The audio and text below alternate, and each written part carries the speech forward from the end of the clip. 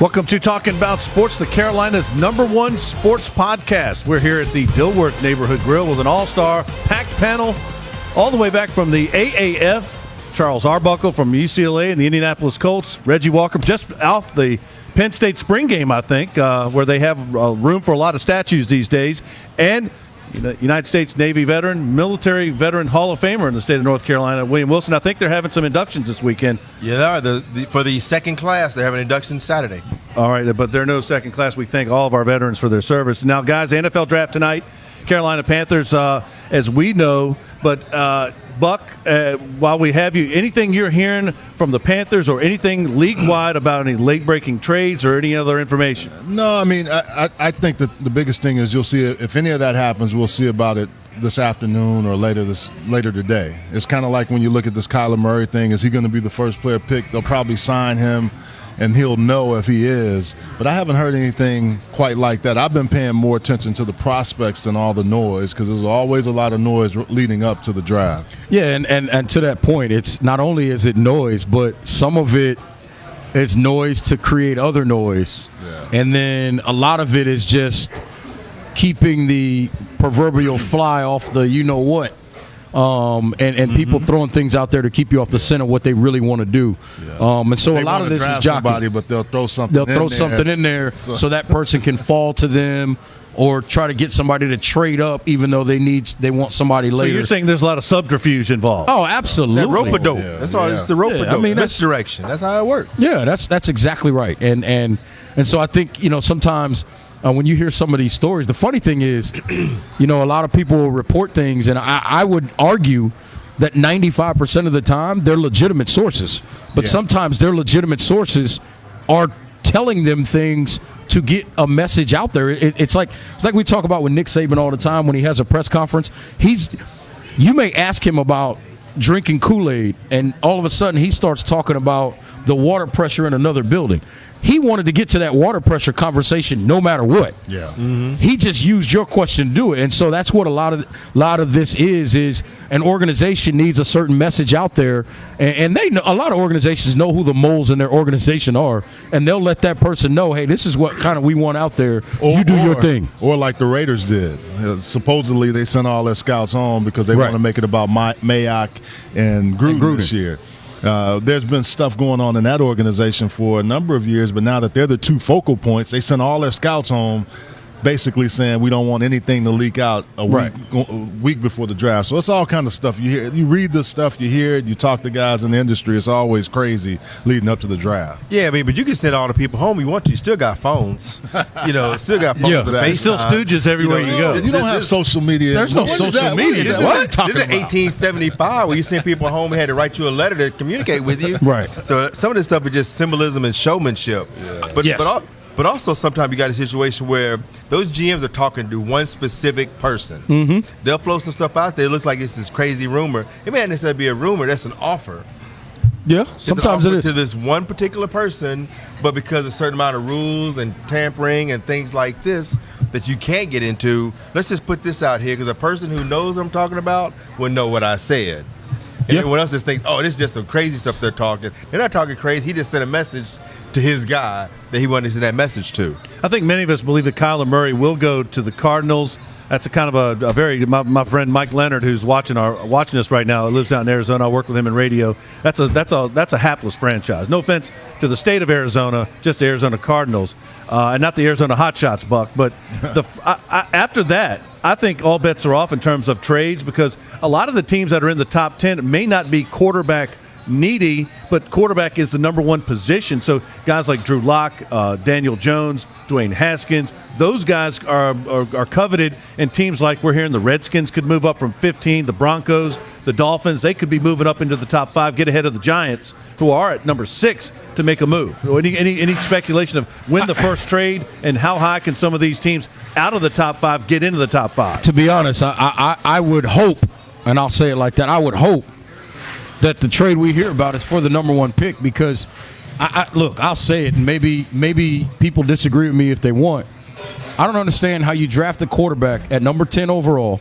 He shows you I'm not going to say Josh Rosen was great, but he wasn't bad last year. He was on a bad football team. He wasn't Johnny Unitas by any means, no. So I don't understand why you go 10 and draft a quarterback, and then you come back the next year and draft number 1, a quarterback that, to be honest, I'm not sure. I'm not saying he can't be, but I'm not 100% convinced like I was with a guy like Peyton Manning, like I was with a guy like Phillip Rivers, like I was with a guy like Eli Manning.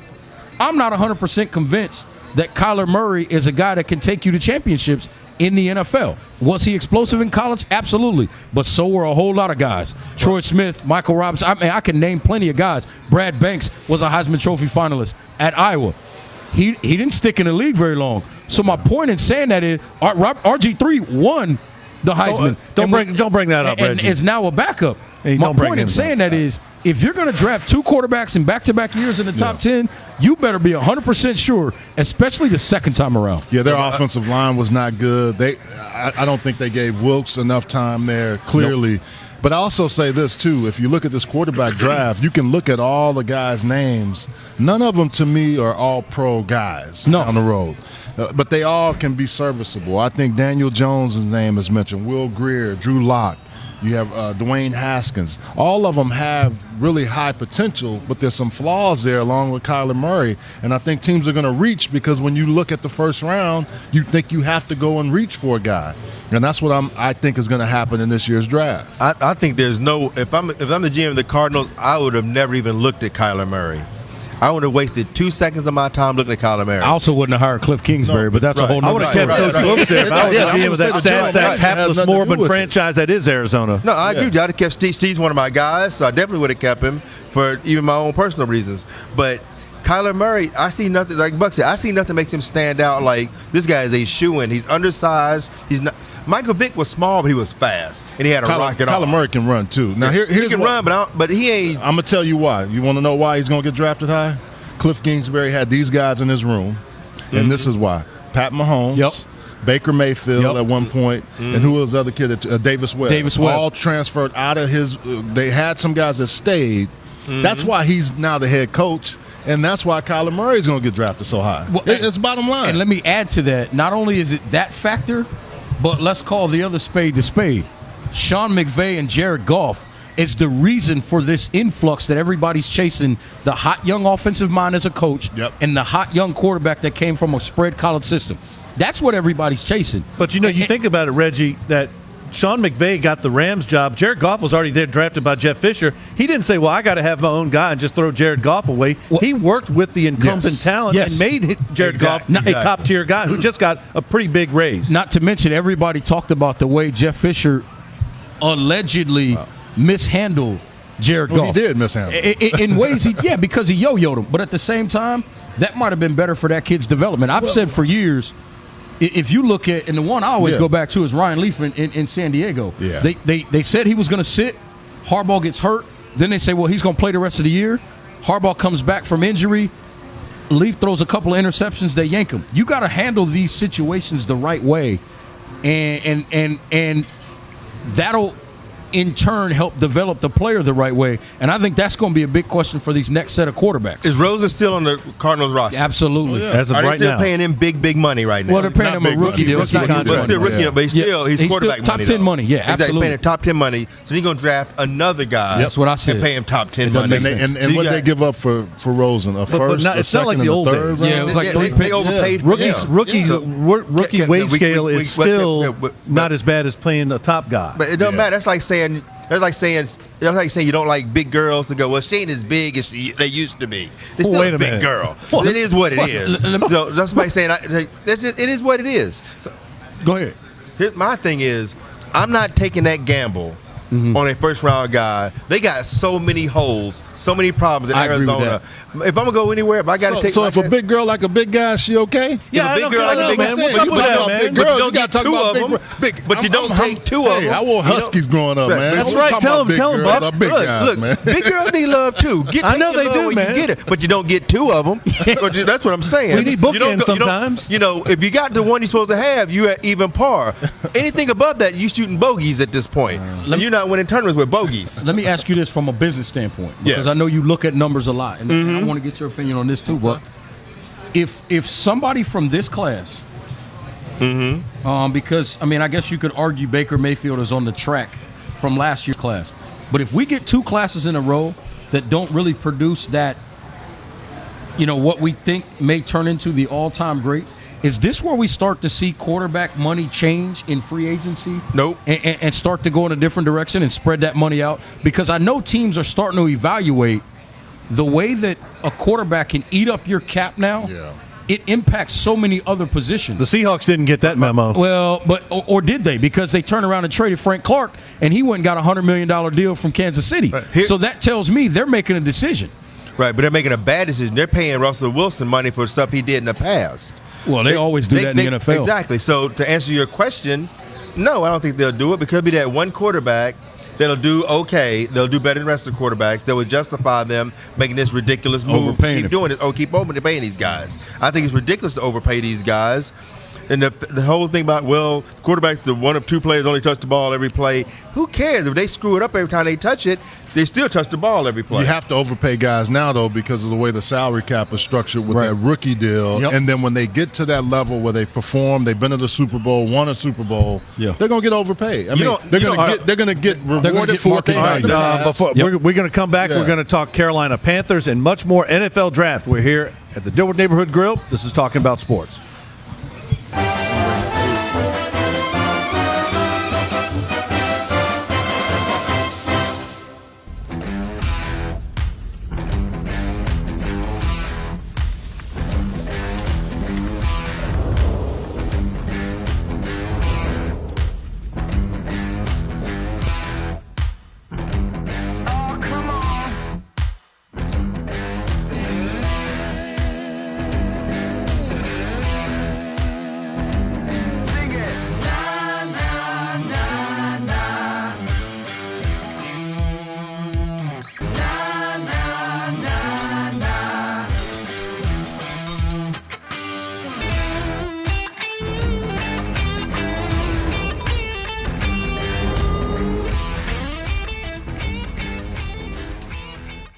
At Heslop Wealth Advisors, our goal is to help small businesses develop quality retirement plans for their employees through our Lunch and Learn seminars. We provide lunch and learning tools to help your company succeed and unmatched customer service. Just told me to do something. All right, welcome back to Talking About Sports. We're here at the Dilworth Neighborhood Grill. Charles Arbuckle, William Wilson, Reggie Walker, and some appetizers. And William Wilson says we're going to get some more later, so don't worry. We got William Wilson, Reggie Walker wings. I'm going to eat some right now. Buck has been starving all day. He's been working. He's trying to scramble to get out of that AAF situation. You got some issues at home, and we're glad you're here, Buck, because I'm glad Kevin got his ubiquitous AAF reference. No, I'm just every saying, block he has an AFF reference. Buck, first of all, before we get to the Carolina Panthers, did you have any good talent out with Arizona? Did any guys get picked up that you know of? Yeah, we had a couple actually picked up by the Panthers. Rashad Ross, one of our good receivers. Football player. Yeah, can play. I like his route running. Yeah. Sits down at the top of his route really well. Good feet. Really fast. There's an opening for with Funchess gone. There's an opening for some receivers here. You think he can stick on the final 53? Well, I think the thing for him is if he can play the receiver position, that'll work for him. But also returning. Yeah, okay. He's a return guy. Now Thomas Duarte is another guy that I had in my room who's going to be here now, and he's a receiver guy. He's more of an H, but he gives them a good thing, especially with Greg, who's been hurt a few times over the last couple of years. Ian Thomas, I know, is still there. So I'm interested to see how that's going to progress. We had about 51 of those guys have been picked up, and I think after the draft you'll see even more from across the AAF. Reggie, Buck, what do you think Carolina at picking it currently at 16, barring any trades? They may trade back, I think. Where you offensive line, pass rusher, outside linebacker, defensive end? Or just a value pick, best guy available? No, I think you got to go interior line, offense or defense. The interesting thing is, from an offensive line standpoint, there's a couple of guys that are up on the top that are probably top 10 type of picks. If one of those guys slips, that's one thing. But if not, there are no other really offensive linemen I think you need to take at 16.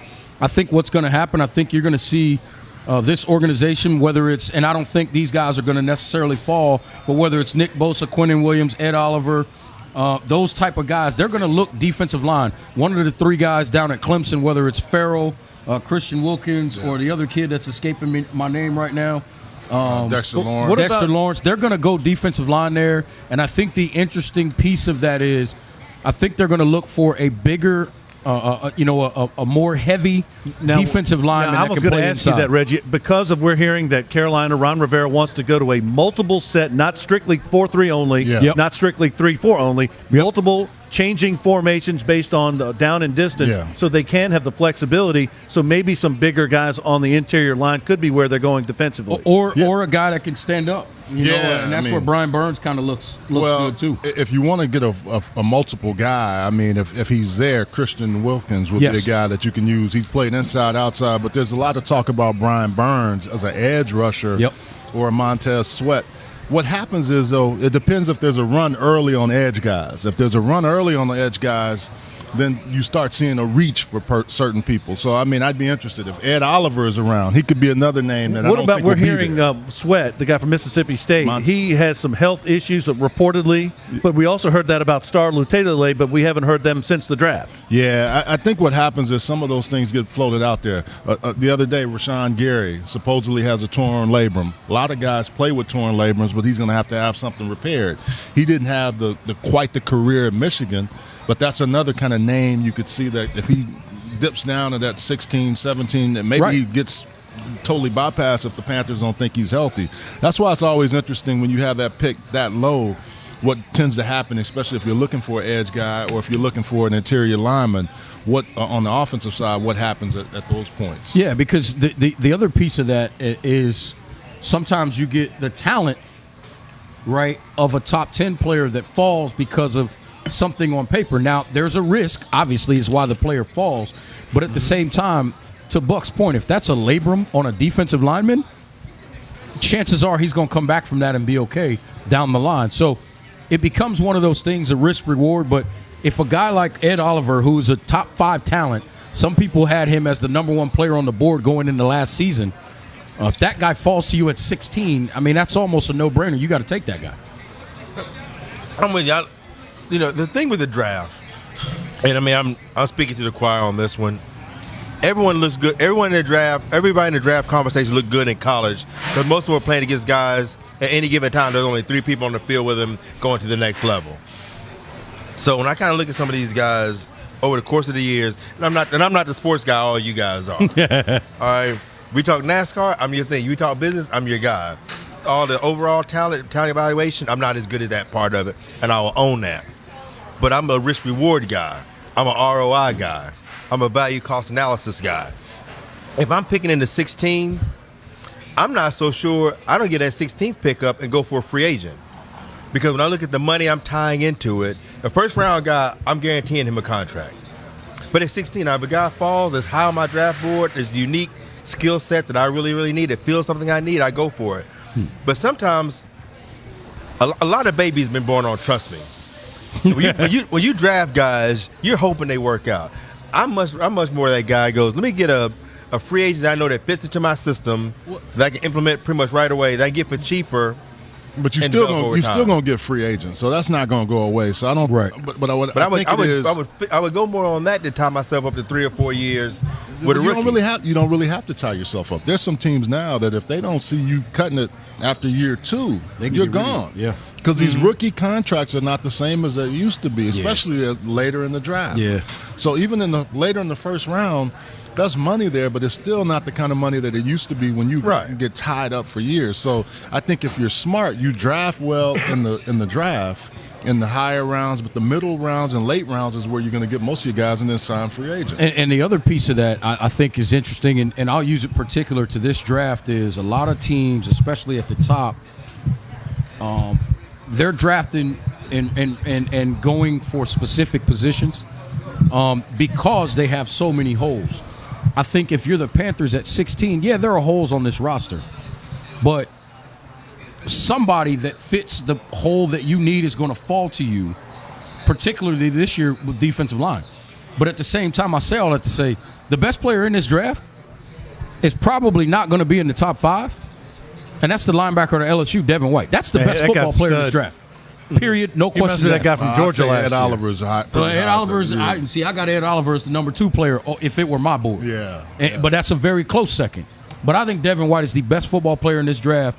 And after everybody was high on what's the kid out of Georgia last year, the linebacker, Roquan Smith. As good as he was with the Bears, Oh, he was I think legit. Devin White is going to be a better linebacker. Now, you mentioned Buck and Reggie value picks. What about a guy who I think last year would have been a first-round draft pick out of Stanford, Bryce Love, to get an ACL injury? Now, Buck, you're thinking maybe 4 to 7, maybe hopefully gets drafted.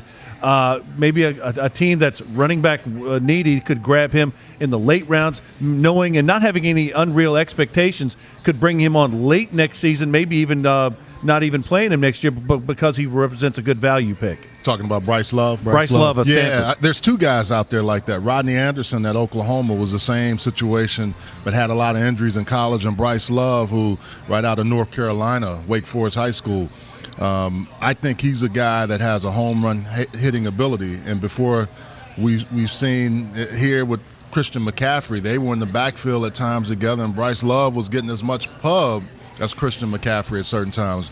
The injury bug hit him, and now that could put him down late into the draft. And maybe I know he's going to get drafted, but I think the biggest issue for him is being in a position where he has lost a lot of value because of injuries. Yeah. What do you guys see Carolina doing after Reggie? You and Buck were talking about interior line. Other than that, I think if there's a value, they did Captain Munnerlyn no longer there. There is a need for a slot corner, maybe second round, maybe even like Buck pointed out, another receiver. I still think they need another big back. Well, all of those things are factors. Here, let me tell you what I would do if I'm this organization. In the first round, I would figure out whatever. When the pick comes to me at 16, am I higher on any offensive lineman, which I don't see a whole lot in this draft, at that first round level at 16, or defensive lineman? I take the best player available from one of those 2 positions. In the second round, what about trading back and getting extra picks if none of the guys you really like or that are top 15, maybe you can get your guy in the 20s? Well, that's going to depend on, like Buck said, what the run is early. If there's a run on pass rushers early, then you got to take that pick at 16 because that person may not be there at 22, 23, wherever you may trade back to. The second piece of that, I think in the second round, you go opposite. If you go D-line in that first round, I think you got to go offensive line in that second round because you got to start to fix this offensive line. And they've improved it somewhat, but it's not a very young offensive line. So you got to start getting younger there, build some depth there. Now, you can find a defensive back in the second round, but it better be a good one. See, here's the thing. Offensive line, and you know this, Buck, offensive line and defensive back, you can find those players from 3 to 7 left and right. Those guys are always there and available. If you're looking for a nickel type of defensive back, which I think they're going to give Rashawn Golden a chance to win that job as well. But if you're looking for a nickel defensive back and an additional offensive lineman, anywhere from 2 to 7, you can take those guys best on the board. Now, in addition to Kyle Allen, who we saw play against the Saints last year, Taylor Heineke, not too high on him as William and Wilson and I are, but I'm thinking that, a guy from Charlotte, Will Grier, a lot of people are saying could move into the second round. And if you're somebody, let's say Washington, Carolina have both worked him out.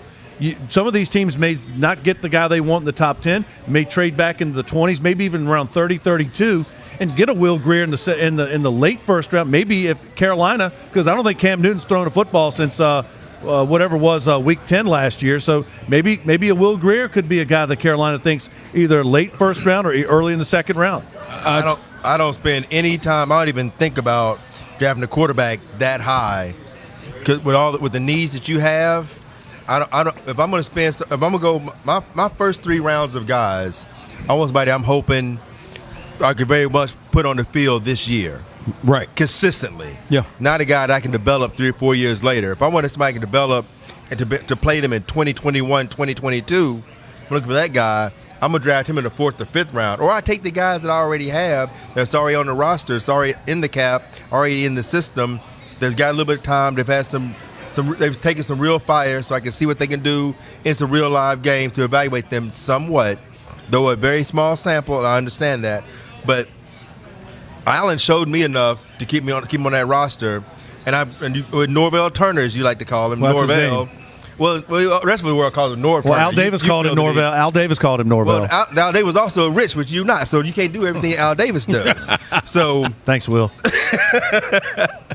but what I'm saying is, you got a guy that's known for developing quarterbacks. Yeah. So why spend all that money and waste this position there? You got a guy who's known for making Hall of Famers, and you got him in the system. He already shows he can play. Let Norv Turner spend 2 or 3 years developing him. Yeah. Well, not only that, I just think, listen, anytime you start the season 6-2 and finish 7-9, you got too many holes to draft a potential down the line backup in the second round. There's too many.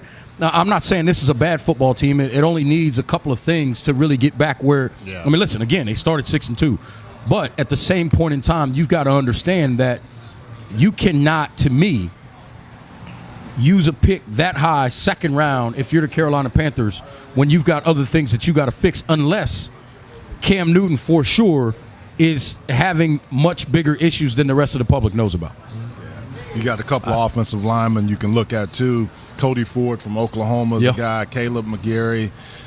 Greg Little. If you're looking at O-linemen, those are the. And I think those are really good value if you can get them in the second round. Nate Davis is a guy that's right out of here in Charlotte, UNCC. I know he's a good player. If you look at that quarterback position, let's also look at some of the other quarterbacks. Daniel Jones, Brett Rippon, Gardner Minshew. Ryan Finley. Yeah, Ryan Finley, Jared Stidham. All guys are kind of all in that same. I'll tell you another one that's not getting a whole lot of credit, and maybe he's a guy that you go later, is a Clayton Thorson, a 4-year starter at Northwestern. I like that kid. Carolina has worked him out. Yeah, very athletic. I played with his dad. His dad was in camp with us at Indianapolis. Ran into him in Charleston, by the way, just out of the blue a few years ago. Clayton Thorson is a guy that's athletic and can throw the ball, but at Northwestern didn't really develop. You didn't see him develop like he could. He could be a guy that 3rd round, 4th round pick. And that could be great value. Yeah, that could be great value for a team like Carolina or anybody that has a quarterback nearing the end of a deal that they've got to make a decision on how much they want to pay. A guy like Clayton Thorson, I don't think he's going to be around in the 3rd round. I love Daniel Jones at Duke. Yeah. I think he's going to be a really good quarterback in this league. Don't sleep on, and just because Reggie went to Penn State, don't sleep on Trace McSorley. I agree. He will not be drafted high, but he's going to get in the camp, and people are going to love him because he can fight. He may not show up for a while, but to me, he's one of those guys that you look at a few years later. He may be a 4th round pick, 3rd round, whatever pick he's going to be. He's going to be more of a value guy because of how he fights and claws and scratch. Well, Russ and Kirk Cousins were 4th round picks. He reminds me of Chase Daniel, and Chase Daniel has made a lot of money in this league as a number 2 quarterback because people know he can play if they need him to play. And taking a lot of hits, so he's making money and not getting hurt. That's always a good thing. Courtney Strickland, viewer Cortez Strickland, I'm sorry, asked Rashawn Gary, bang or bust. I think the answer. Shout out to Tezzy. Tezzy and I used to work together up in Connecticut years ago. Don't nobody roll and listen to Motown like my man Ted Strickland. So shout out to Tez. What's up, baby? I think Rashawn Gary. I think that's going to come down to system and fit.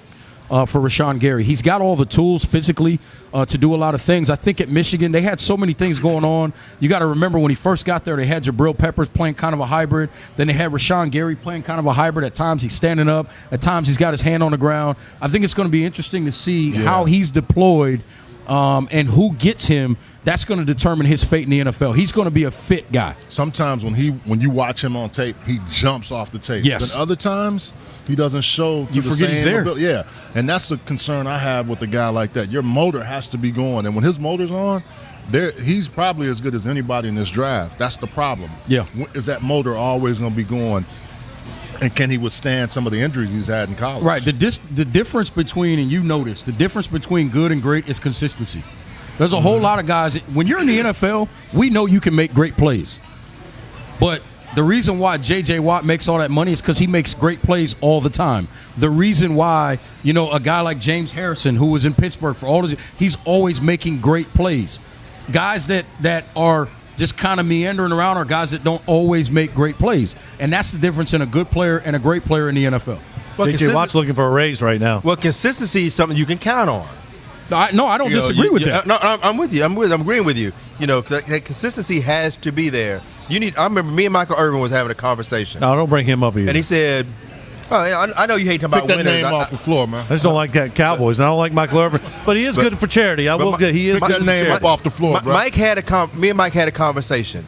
He said I was never the biggest, I wasn't the fastest, I wasn't the strongest. He said, but the NFL, he said, as a wide receiver, he said what you need to do create separation. He said an NFL quarterback, a good NFL quarterback needs 6 inches of separation to fit that football in.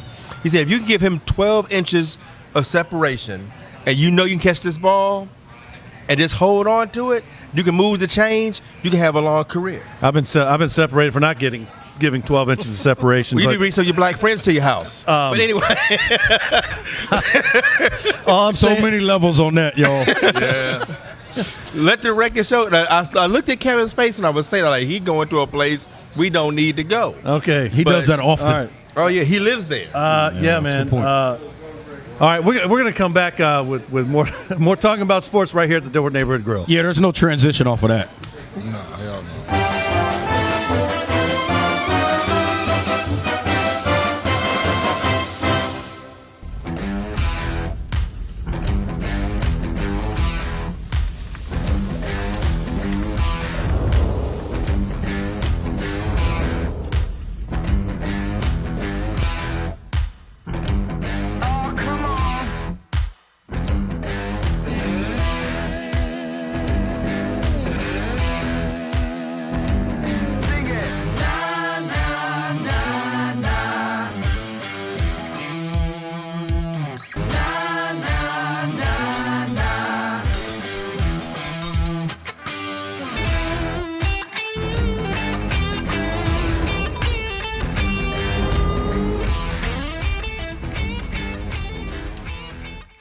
At Heslop Wealth Advisors, our goal is to help small businesses develop quality retirement plans for their employees through our Lunch and Learn seminars. We provide lunch and learning tools to help your company succeed and unmatched customer service. Hey, knock yourself out, Playboy. Welcome back to Talking About Sports here at the Dilworth Neighborhood Grill. Charles Arbuckle, William Wilson, Reggie Walker, and guys, when is the wait a minute, we're getting some word that there's some breaking news. We're going to have some we have some plates coming, and that only means more food's on the way, so that's never a bad thing. Hey, before you get started, I want to take his time shot while you bring the food in. Thank you very much. One of our loyal viewers, Kevin Porter, today is his birthday. I read that. Shout out to KP. So we say happy birthday, my boy. It's my best friend, Kevin Porter. We disagree should all be the here. time on so many different things. But happy birthday to you, brother. Love you like family. And he's always here ordering food, and he's not always paying for it, but he's here ordering food a lot, Will. So we love him. How you doing? Can you come in close? What is your name? Crystal. Crystal, how you doing? What do we have here today? Buffalo blue chips, steak pub nachos, beer cheese pretzel, and then chicken wings are Cajun garlic and Caribbean. Awesome. And a big NFL draft party here tonight and all weekend. Yes. Great. Any specials you can remember right now? Buckets of beer, anything like that? Yeah, buckets today, $12 domestics, $18 imports. Tomorrow is $2 off all drafts. Saturday's flavored vodkas. Oh, that sounds good. Plus, there's racing. There's Talladega on Sunday too, Will. Thank you very much, Crystal. So definitely want to be here for that. But guys, give me a prediction as to when is the first surprise prediction, not holding it to you, of the first trade, the first prediction, and what do you think that yes or no Carolina moves up or down? I don't think Carolina moves. I think the biggest surprise, I'll be honest, I think it's going to be at number 4 with the Raiders. I think the Raiders are going to do something no one expects. Look, at 4, let's do the math here. At 4, let's just say Kyler Murray does go 1 and Nick Bosa goes number 2 like many are predicting, and Quinnen Williams goes 3. Now sitting there at 4, you can go defensive line where you can go Ed Oliver, either of the kids from Clemson. You can go Sweat. There's so many directions you can go at D-line, or you can go get a linebacker to solidify your defense with a guy like or Devin quarterback. White. You can go quarterback. Quarterback. You can go so many directions. But John Gruden is not quote unquote in love with David Carr. But the thing is, a quarterback needy team may want to jump up and make a trade with the Raiders. Yeah, I would say, Right. like, look at a New York Giants. There's been so much talk about Daniel Jones and them. That would be a reach to me if they go that high. If they go later in the draft, get some picks. he would still be available. In my opinion, I think that could be one move. They have 6 and also I think 17. And there's a reason for Daniel Jones, the conversation to the Giants. That's Cutcliffe, Yep. Peyton Manning, Eli Manning. He's in that family. Coached all 3 of those guys. I'ma He's tell you, part of the family. I wouldn't mind him with the Watched and Redskins. Will Greer over the course of their career in high school and now in college. Yeah. Both of those guys are going to have long NFL careers, Yep. but it's been interesting to watch them when they were at Charlotte Latin and Davidson Day and how they've matured and developed. We saw him here in at the game. Buck and I were at the game when Will Greer and Davidson Day came down and played Latin and Daniel Jones. And I'm telling you something, we both looked at each other and said, that's 2 NFL quarterbacks on this football field tonight. And they were in high school. I've seen Daniel Jones play Duke. I've covered a lot of Duke games over the years. I saw Greer here against Tennessee when he was with West Virginia, and I was saying on the air that this guy has NFL potential. And I think the Carolina Panthers have worked him out. The Redskins, among other teams, have worked him out. There's even a scenario where the Redskins may not like what they see early, may trade back, and maybe get Greer in the late 20s, possibly, if he's still there. I mean, that could happen. I mean, You want that quarterback with the 5th-year option in case he turns out to be good. Exactly. I think the biggest thing is we see it, and the reason why you overpay and sometimes overdraft for quarterbacks, because if you don't have one, you're going to suck. Yeah, that's real. That's real. Always looking for one if you don't have one. Yeah, if you don't have one, if you don't have 1.5 or 2, you're going to suck. really be bad. But the thing is though, but history has also shown if you got a strong enough defense, you can have a lot of Super Bowls have been won. We haven't seen that since Baltimore though. Yeah, we haven't seen that since Trent Dilfer.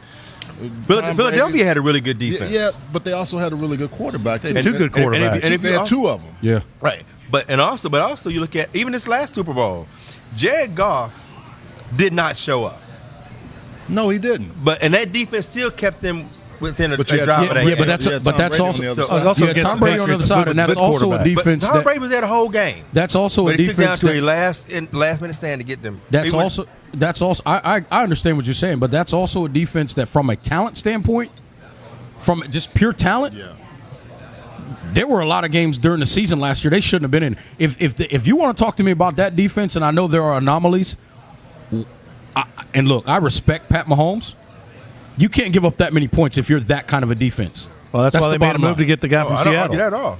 No, are you saying that the days of Trent Dilfer, Mark Rypien, those days of winning Super Bowls with Whoa. quarterbacks? Mark Rypien and Trent Dilfer, 2 different categories. Don't do that. Don't do that. I think Mark Rypien's a great quarterback. Believe me, I'm a Redskin fan. And his what is his nephew's in the draft from Boise Brett State. Rypien. Yeah. Here's what I think. I think defense wins championships. I think offense wins games. I'm not arguing with you. That's at true. And all. I think at the end of the day, But this is a different NFL now too. That you have to have a quarterback that is at least serviceable. And can I play. agree. I agree. Serviceable. I'll say this too. Trent, we don't give him much credit, but Trent actually was a played pretty well that good year. quarterback. He played well that year, in particular in the playoffs. So we can talk about him and the Mel Kiper stuff. You have to have a guy that's playing well when you get to the playoffs. right? I don't disagree with that. I'm not saying. But I'm just saying is I don't believe in overpaying for anything. But I understand market value then, because it's market value now. But the market It's market changes. value. Yeah, the thing is though, but a lot of players aren't. Cam wasn't market value. Cam was above market value. Russell Wilson got paid above market value. A lot of these guys get paid market value. Because the thing is, So how many Super Bowls has Russell Wilson been to? And how many has he won? He should have won 2 if he just He handed went the to ball 2, to 1 to 1. Marshawn Lynch. Okay. So, but it's 20, but 85 guys went to that Super Bowl. hey man, I'm just telling you. I watched Russell Wilson in college. I told people he was going to be good. I saw he's And from my and hometown. I'm saying, Russ can I play. don't think he got I think overpaid. Russ can. Aaron I'm Rodgers saying getting ready to make more money than Russell Wilson. And he about to get overpaid too. A lot of guys in the league getting overpaid. Okay. A lot of guys. I'm not picking these one I'm going to eat a particular. piece of this nacho I while think you're talking about your overpayment. Yeah. Go ahead. You know what? And if those are really, really good, pay twice as much for them as you All right. normally would. So what do you guys think Because about a of the guy, market pay. or a guy like Hunter Renfro from Clemson, a guy who's clutch, could be a good slot guy, maybe another Here's what I think. Danny Amendola type guy. Here's what I think. Why don't you ever ask questions about anybody not in the ACC? Who's any good at Arkansas right now? Look, wow.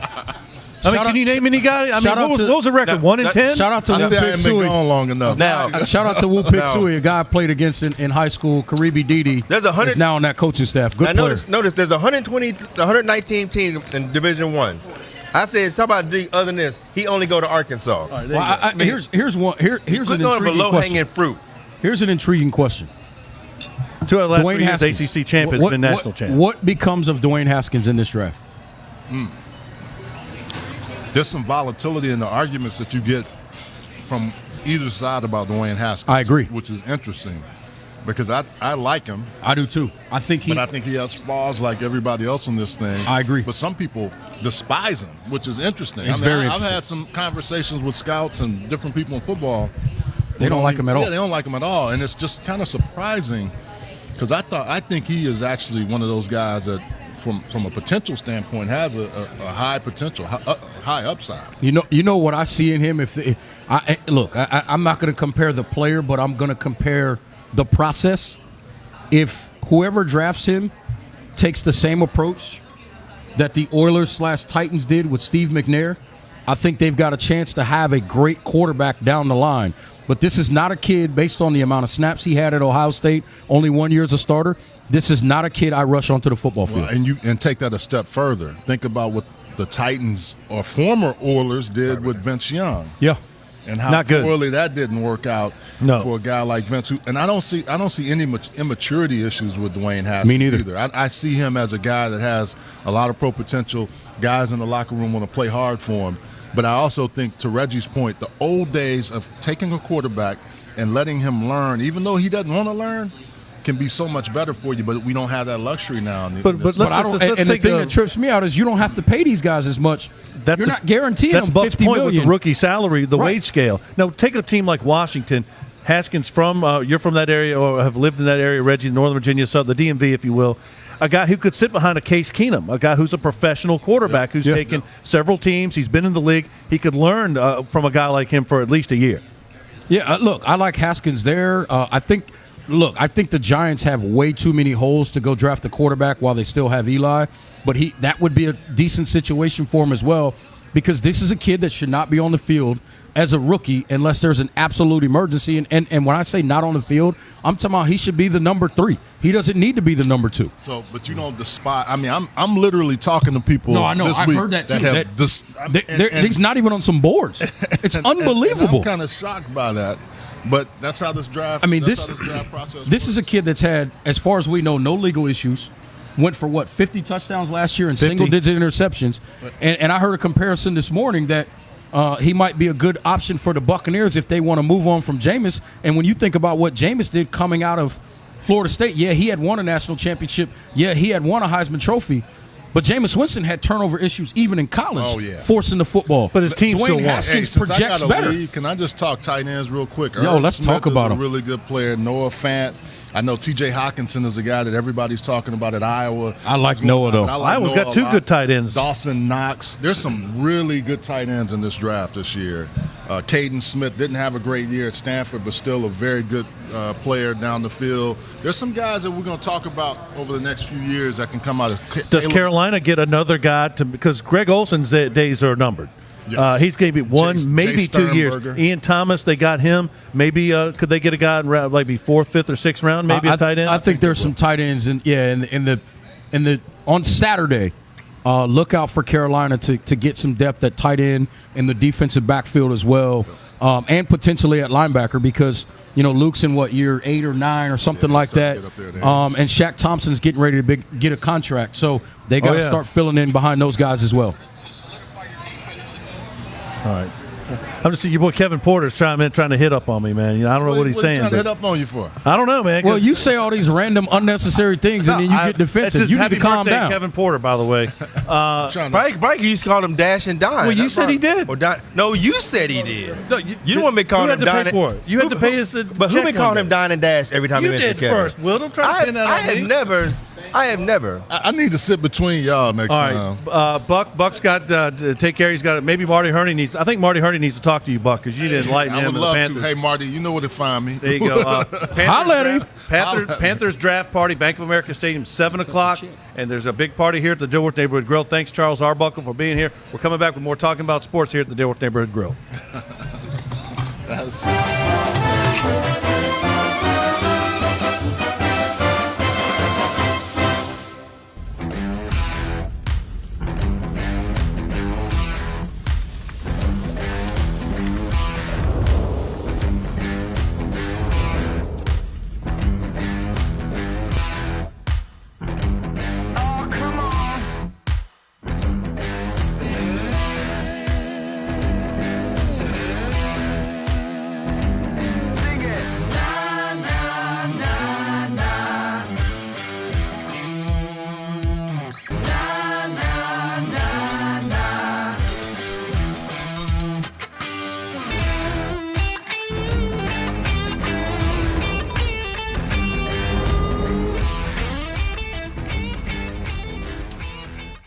At Heslop Wealth Advisors, our goal is to help small businesses develop quality retirement plans for their employees through our Lunch and Learn seminars. We provide lunch and learning tools to help your company succeed and unmatched customer service.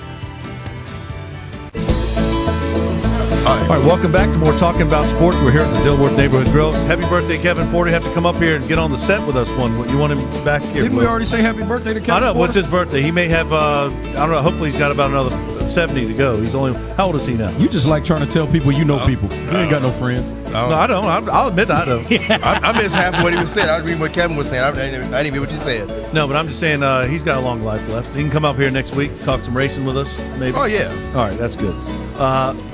Reggie. Speaking of racing, SMI going private. I heard that. How much stock are you? Well, you're going to liquidate any of your stock?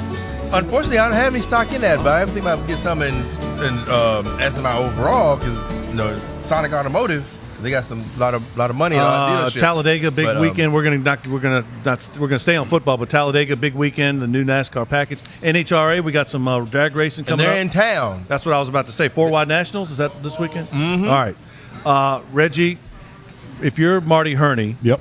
and you're Carolina, well, it's a pre-draft show, so I like Reggie's thought about interior line and value, but I think you might be able to get a guy if you trade down and get some other assets because there are holes. There's slot corner. There's offensive tackle. If you say offensive slot guard. corner one more time and call that man a nickel, we're going to have a problem. Nickel, corner, Thank whatever. you. Slot Okay. corner. Get out of here with that. Where do they do? It's a nickel. Okay. I'm just saying he lines up in It's the a slot. nickel. He lines up in the slot. It's a the guard nickel. guys. For the people who don't know what a nickel and dime package mean, tell them what a nickel. A nickel package is generally 5 defensive backs, and your dime package generally is 6 defensive backs. Some teams will play 3 safeties, but most of the time they'll only play 2 safeties and 4 guys that can play the corner spot. Usually there's one of them that's a little bit bigger that can step down in the box as well in the dime situation. There you go. Not only do we talk about stuff we had no idea, we bring in people who actually do. All right. Corner. So when you hear Kevin say slot corner, what he really means is nickel, that 5th defensive back, that other defensive Captain back that can Munnerlyn. come in and play inside and not just play on the outside of the and defense. Dante Jackson last year, who started at outside, he's a guy who can play inside or outside. He can play the slot, the nickel, or on the outside. Yeah, but he has no business playing inside with this group because he is. And listen, as far as I'm concerned, he's the best corner on that football. Better than team. James Bradbury? Yes. Wow. And that's no slight on Bradbury. And I think like James Bradbury's Bradbury. good. But Dante Jackson, call it what it is. The kid can go. He can lock down a side of the field. I mean that as a And compliment they're that he's different so types versatile. of corners. They're different types of corners. Obviously, Jackson more built for his speed. And then you look at a guy like Bradbury. He can run, but he's more physical at the point of attack, Right. at the top of routes, at the line of scrimmage. So that's the difference you get with these 2 corners. And I think they've got a good set of corners that they can build on for the future. I don't think they need to chase and find a starting corner, if you will. But to your point, if they can go find a nickel guy or an additional safety to help this football team in the back end, I think it'll really help. I think that you're going to have to maybe even trade down, but I think you have to. Cam's got coming off a shoulder surgery, another procedure. He's got this year and one more year on his contract. And with the way the contracts are going, if he has a very good year, he's going to want more money, a big raise. So you got to protect him. You got to protect the man. Well, So even if you don't want more money, you got to protect him. Because at the end of the day, if you don't protect your quarterback, you can have the best receivers, that's the right. best running backs, the best offensive Pieces. skill guys in the league, and your quarterback going to be on his back all the time. That's exactly right. So you need them. I'm still a big proponent. I'm like, rule number 1, stop the bleeding. That's right. In any emergency, stop the bleeding. Yep. So I want a strong defense before anything else. I want guys that can get my defense off the field, to give my quarterback as many options as he can to score. Even if he's not that good, the more at-bats you got, the better chance you got to hit a home run. That's exactly right. So if I can get a guy, we can get him on the field 12, 14 times or 6, 7 times, I want my defense. Because sometimes you can catch Big Mo. That's right. That momentum, it just build that confidence. now, And if you can create turnovers with your defense, it's even better. Especially if you can score with them. That's exactly right. Pick sixes still win games. if you go back to the Carolina Panthers historically, 20-some years, this has been a defensive ball club. Dom Capers, George Seifert, John Fox. These are teams that were built on defense, you said defense wins championships. George Seibert was offensive. Well, watching that team play was offensive to my judgment and my feelings. I could that tell was you just offensive. He just walked in and stole money for 2 years. Dan Morgan told me a whole bunch of stories about him. But I think defensively you have to build your identity like you're saying, Will. But maybe getting defenders, like Reggie's saying, some more bigger guys who can play maybe on the 3-4 end, or even some guys that can play outside linebacker, 3-4, even defensive end. And then maybe, Thomas Davis has moved on. Shaq Thompson's going to get a raise. Luke Kuechly took a pay cut or restructured. So there is going to be another need for maybe another some more outside or maybe even some inside linebackers. But let's also not forget about Luke. Luke has had a lot of concussions. We can't overlook that. If Luke takes a bad lick during training camp or first 1 or 2 games of the season, you got rid of TD. Now everything falls on Shaq Thompson. Well, but that's why I said you've got to start building that depth at that position, regardless of even if Luke didn't have the concussions. You're talking about 8 or 9 years in this league in the middle of a defense.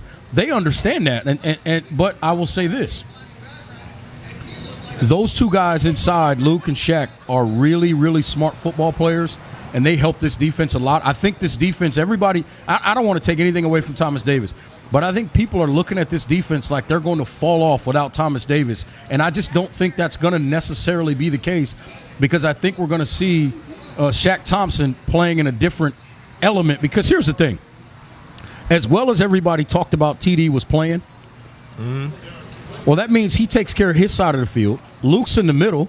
Shaq's taking care of his side of the field. So I don't understand why everybody's like, we need more from Shaq. What do you need from Shaq if the other 2 are playing well? He's balling too. All right, I think what they're looking at is that X factor. I think that not knowing, because I think Thomas Davis brought on top of it, and Luke may be replaced that leadership, that field presence. Luke may be replaced that fully by himself. But up until this point, Luke's entire career has been he and TD. Yep. I think there's just this big unknown that we don't know. Because Luke may be able to step in and say, and they may be even better. But TD was a heck of a football player and a heck of a team guy, a heck of a guy in the locker room, a heck of a guy on the field. Absolutely. So, and it's hard to replace that, those intangibles that we can't see on the scoreboard. You know that. You've been in the locker room. Absolutely right. That's absolutely correct. Just like, in the hauler, and we get a new front tire carrier, you're like, well, same position. No, 0.2 of a second was different. That's exactly right. 0.2 matter. You may not be able to see 0.2 of a second with your eyes, but we see it on the clock and we see it on the track, And we can feel it. That's Exactly. It's about the feel. I agree with that. Exactly. So that may be one of those things that they may miss Thomas's presence in the locker room. It may take them a while to recover from that, or they may not. They may just move right on. It's just when you don't know, that big unknown, man, is dangerous. It's a small word with big consequences. now, Will, to your point, South Carolina, and they're in the SEC. I'm well aware of that. Thank you very Will much. Muschamp vows to put more players in the NFL draft from South Carolina in the future. Okay, that's great. Does that mean you're going to win? Yeah, what's the name? I think South Carolina fans want him to win and let the NFL take care of itself. North Carolina has a lot of guys in the NFL, but they're not winning any A whole lot big of people titles. have a lot of players in the NFL. Listen, as a fan base, you love to see guys go to the NFL, but you want your team to win first. And we've seen plenty of guys come from not great football teams and find their way to the NFL. It is what it is. What does that mean? It means nothing. Yeah, look, I'm a Razorback. We've been putting a lot of guys in the league lately. I'd rather see guys playing SEC championship games. You're going to have to wait a while, I think, for that, Will. Well, we may. You never know. Nick Saban showed up. Alabama was winning championships almost immediately. Sometimes things happen. Sometimes they don't. Honestly, the probability is going to take some time. Jimbo, but you never know. It may not take as long as you may think. Jimbo Fisher, his AD, left A&M to go to LSU. I thought some people are speculating Jimbo Fisher may want to jump ship from A&M. I don't think Jimbo's not going anywhere. I think he's got he's a fool. 75 million reasons why he ain't leaving. In addition to that, I think you're a fool Yes, to leave sir. College Station to go to Baton Rouge. That's better than having 99 problems. Man, talk about it. Speaking of 99 problems, I got one problem. I got to get ready to go. He had 99 problems. All right, He paid them all off. Time for some final thoughts. Reggie, lead us off. My final thought, I kind of addressed it a little bit earlier, but listen, man, going into this draft, let's do one thing when it comes to these kids. Don't kill your teams for who they're drafting.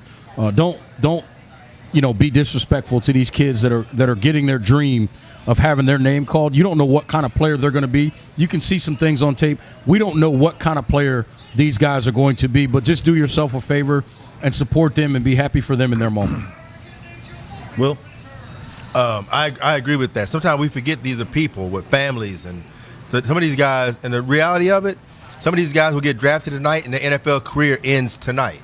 They're going to get drafted, they're going to walk across the stage, put a hat on, they're not going to make a roster, they're going to get cut, and they're going to go home. You going to look for the suits? And they'll be selling insurance next week. You going to look for the suits? No, give me my time. I'm asking you. Now, I'm reclaiming my time. I'll cede you my time.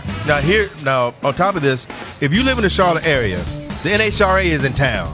Go out. You want to have a good time, have some fun, see some excitement, an experience where you get up close with the drivers. Go out to Z-Max Dragway. Go out, check out the NHRA guys. The drag races are in town. It'll be fun. Plus, one of my buddies flies for the Thunderbirds. I'm going to Seymour Johnson Sunday to hang out with them. Bubba Wallace flying in an F-15 Eagle at Seymour Johnson. How about Bubba Wallace flying with the F-15 Eagle in Seymour Johnson? Yeah, the Thunderbirds. Yeah. All right, there you go. And final thought here. Keeping it here for ADSN. We're keeping up with the Carolina Hurricanes. Moving on in the NHL playoffs. Peter Kay, I can't pronounce your last name. Good Greek guy. I love him. I think he's great. Katrumpus, thank you. But thanks to for you guys. You guys, we're going to have the Carolina Hurricanes covered.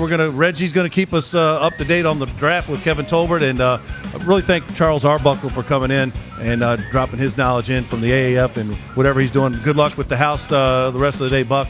For Kevin Tolbert, Reggie Walker, William Wilson, I'm Kevin Casey. This has been Talking About Sports from the Dilworth Neighborhood Grill. Happy birthday, Kevin.